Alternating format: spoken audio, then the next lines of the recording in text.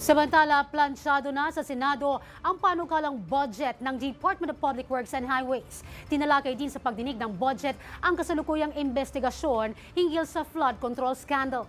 Si JB Santiago, una sa balita. Yes, JB. Yes, Zay, alas 2 nga ng madaling araw kanina nang maaprubahan ng Senado ang 568 billion pesos na budget ng Department of Public Works and Highways o DPWH para sa 2026 matapos ng isang marathon session na nagsimula pa kahapon. Si Senator Sherwin Gatchalian ang nagdepensa sa panukalang pondo kasama mismo si DPWH Secretary Vince Dizon sa plenaryo. Sa talakayan, naglatag si Senator Francis Chis Escudero ng ilang mga paalala. Tama lang daw ang galit ng publiko sa katiwalian at pang-aabuso. Pero huwag naman daw aniya basta-basta ang panghuhusga. Pinuri rin niya si Pangulong Ferdinand Marcos Jr. sa commitment ng Pangulo na panagutin ang tunay na may sala sa flood control scandal.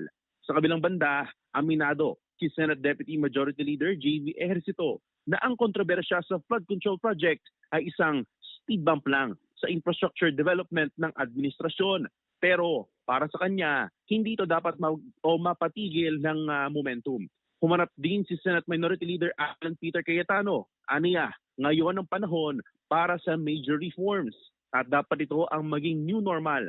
Hinikayat niya ang DPWH na maglatag ng malinaw at long-term na vision sa infrastructure. Kinwestiyon din niya ang labis na focus sa flood control spending at iginiit ang mas matibay na transparency at accountability. Iginiit din niya ang pangangailangan para sa worker protection at mas malaking papel para sa mga LGU sa pagtugon sa local infrastructure needs. Zay, matapos ang mga pagbusisi, apela at mga isyong ibinato sa DPWH, aprobado na ang budget ng kagawaran.